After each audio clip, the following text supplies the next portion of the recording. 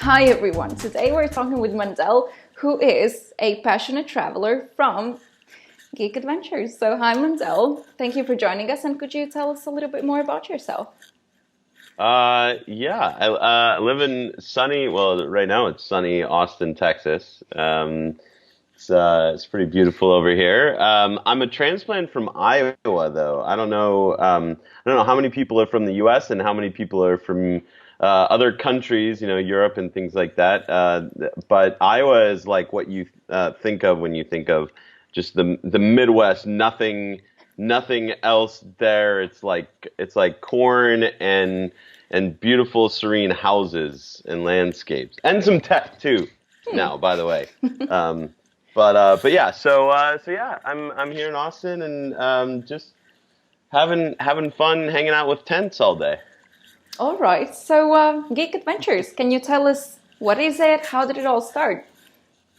Yeah, well, so the reason I brought up Iowa is because about 13 years ago, I was working as a director of web development at a music company. And it was a lot of fun. It's a lot of fun to build products. But I don't know about other people watching, but sometimes when you build a product, it's fun to build it, but it's not fun to maintain it. So if you like building things, it's really fun. If you like maintaining things, it's really fun. But if you don't like maintaining things, then it's not so fun anymore. And so I kind of hit that spot with developing things at this music company, and then I started working at GoDaddy and doing a bunch of different things as well, and kind of building programs and things like that. And when I started in Iowa, I had a bit of a problem. I was eating poorly and kind of just living day to day with Red Bulls and breakfast sandwiches and stuff like that. And it's cold in Iowa, and so it's hard to get out.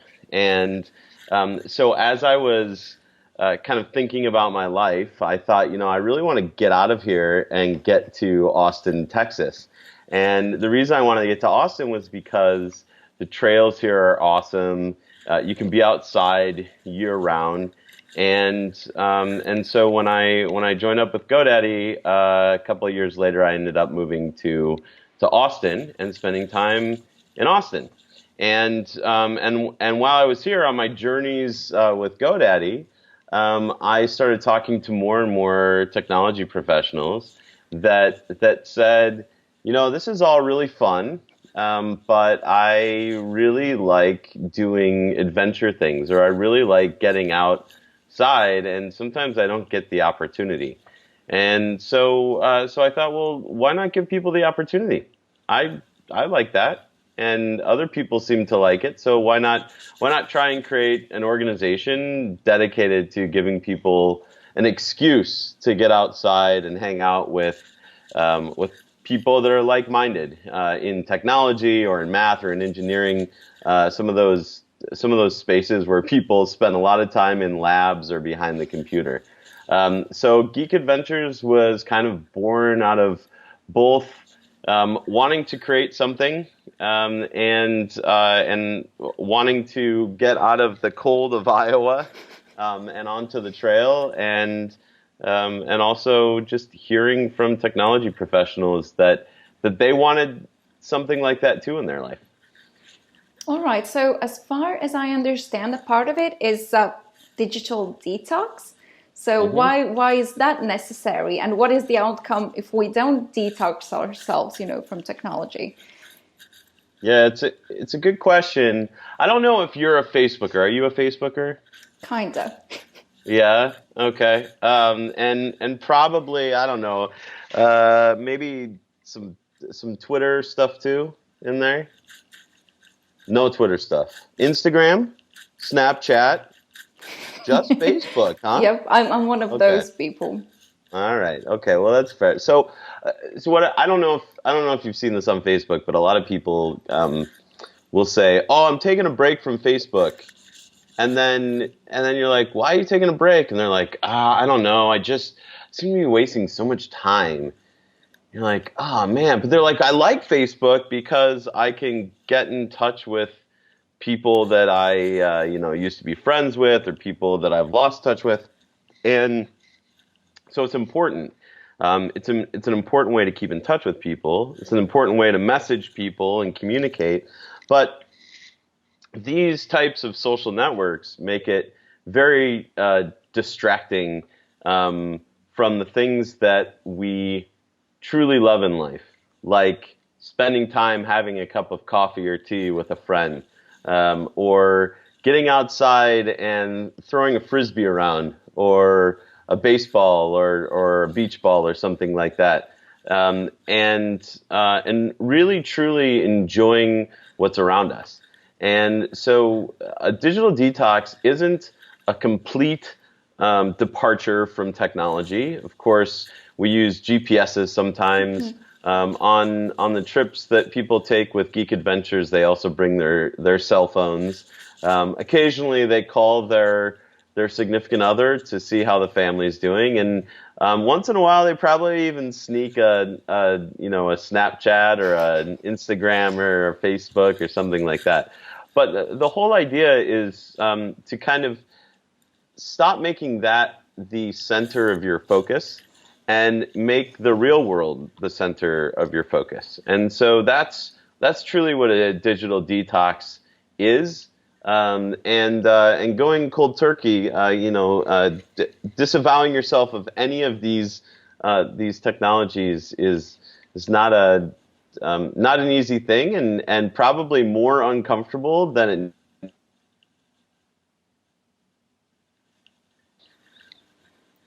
Oh, we're back. Okay, so about the adventures themselves, how would an adventure, usually happen? What would you do? Yeah, good question. So,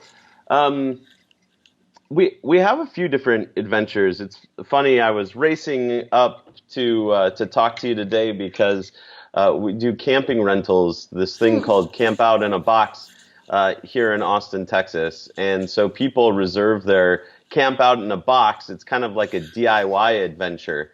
And it comes with everything that you need to go on an adventure: sleeping bags, sleeping pads, cooking stuff, Wow. fire starters, marshmallows, which I found out is a U.S. thing, not a thing anywhere else Nope. in the world. But of course, Americans would come up with the idea to take a ball of sugar and light it on fire and then stick it in their mouth. But we do this kind of DIY adventure, but then also people find themselves on crazier adventures with Geek Adventures. So last year we went to Iceland. This year we're headed Wow. there again in a month, actually, less than a month.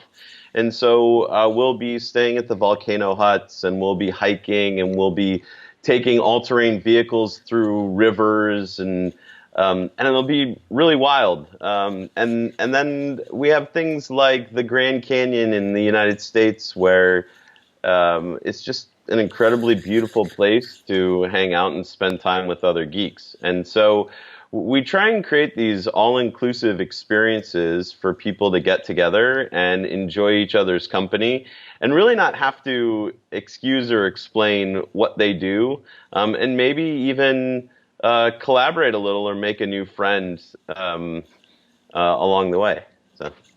And how do you choose where to go? You have so many places to choose from. How do you choose one?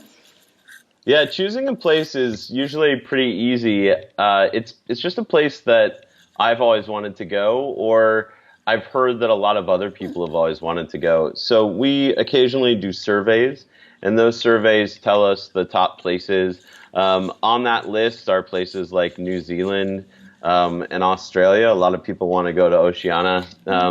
Lots of places in Asia, the Philippines, and uh, oh, can't even remember the other spot that.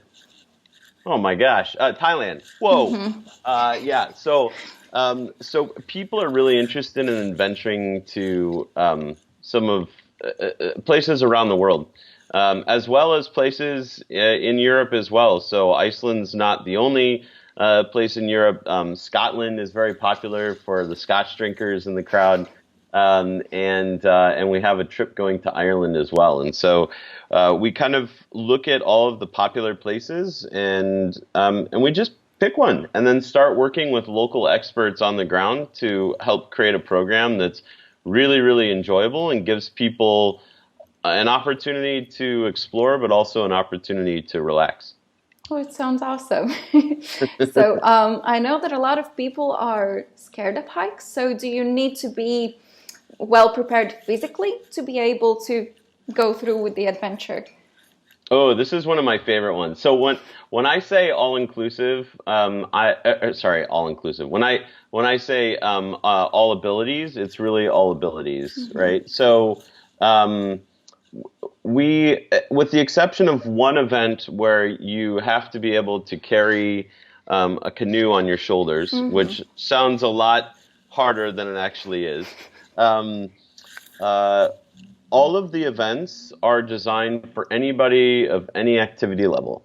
And so when people get intimidated about going on a hike, I always think it's really interesting because the word hike seems scary. It seems loaded. You have to get hiking boots and you have to get the right hiking clothes and hiking pants and maybe you even have to get a special headlight for your hat or something like that. And the truth is, hiking is walking, and it's just walking not on a road. and in some cases, hiking is even on concrete, on cement, and there are different types of hikes. Some are more difficult than others, and so I would say to people that are worried about hiking, if you've walked a long way from one building to another during university or something like that, you've probably already been on something that you could consider a hike, or a long walk from the pub back to your house. That could be considered an urban hike, So hiking just has a little more nature in it, but it's just a walk. All right. So when you're doing a digital detox, a big part, I think, would probably be communication between the people who are, going on the hike. So do the talks at the fireplace differ from the office talks? For tech people, it tends to be difficult to go offline. So how does that happen? Yeah, I think for the first day or two, it's a little difficult. People might think, oh, I need to check in, or I want to have a conversation with a client or something like that. And a couple people have actually canceled their trips because it was too overwhelming for them to get away. But the vast majority of people that come on these trips have made a commitment, and that commitment is to just leave the business alone, leave technology alone. If they have family, they've told their family, listen, I'm not going to communicate that much with you. I might be able to check in for 5 minutes, but this is my time. And the overwhelming response is almost excitement for the ability to pick up a physical book and read it, or play a game with other people around, or just have a conversation. And by the end of the time, especially in places like Iceland that are very remote, people really enjoy the experience and want to come back because it's kind of freeing. And I think it also gives some people some new perspective on their business or on their job or whatever. There are people from all over the world and all different types of companies that attend. So there's really a breadth of experience that you get when you're there. All right. And could you share the craziest story maybe something crazy has happened during one of your adventures, or like a big surprise, something went completely the other way as you expected. Yeah. Actually, there's well, there were two. One of them was there were two people that went on a walk through the forest on a smaller sized property in the middle of Oklahoma. If anybody knows Aaron Campbell, who's in the WordPress world, he it's kind of where he spent a bunch of time exploring and stuff like that. And so we had an event there, and there were a couple of people that got lost, and they got lost all day. But there was no real danger because the property isn't that large. So there, it was only a couple miles in any direction, and it was kind of fenced off. So there was no way to really truly go too far. But that was a pretty exciting moment. We have a kind of a recovery procedure. We went and we were able to eventually find them, and everybody was okay, and we kind of laughed about it afterwards. And so that was a wild experience. The other one was in Iceland last year, and I won't name any names, but somebody was hiking and was trying to get across a small stream in Iceland and fell into ice cold water. And so that was somebody that was kind of choosing their own adventure. It wasn't a part of the organized tour, and so they got back to the volcano huts, and they were a little cold, but with a huge smile on their face. So I suppose that's what happens when there's a little bit of adventure involved. Well, it seems like everyone's having fun either way, so that's really cool. Yeah. And what if anyone, viewing this interview would want to join one of your adventures? Where do they start? Oh, yeah. So to check out the adventures, also if you're in Austin and you want to rent camping gear, or if you just want to join the online community of geeks, you can go to geekadventures.org/join, and you can get all of the details, get signed up on the newsletter. You can also check out the online trips, you can check out the trips online on that website as well. So everything is designed the way a geek would enjoy it, all available online and and ready to go. Yeah.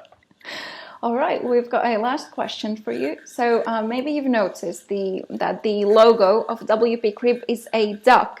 So what would you say is the sound that a duck makes? Well, I just want to quack, but okay, quack. Thank you. That's one of the best ones yet. All right. Thank you so much. That was Mendel, and thank you for watching the interview, and thank you, of course, for joining us. Thank you very much.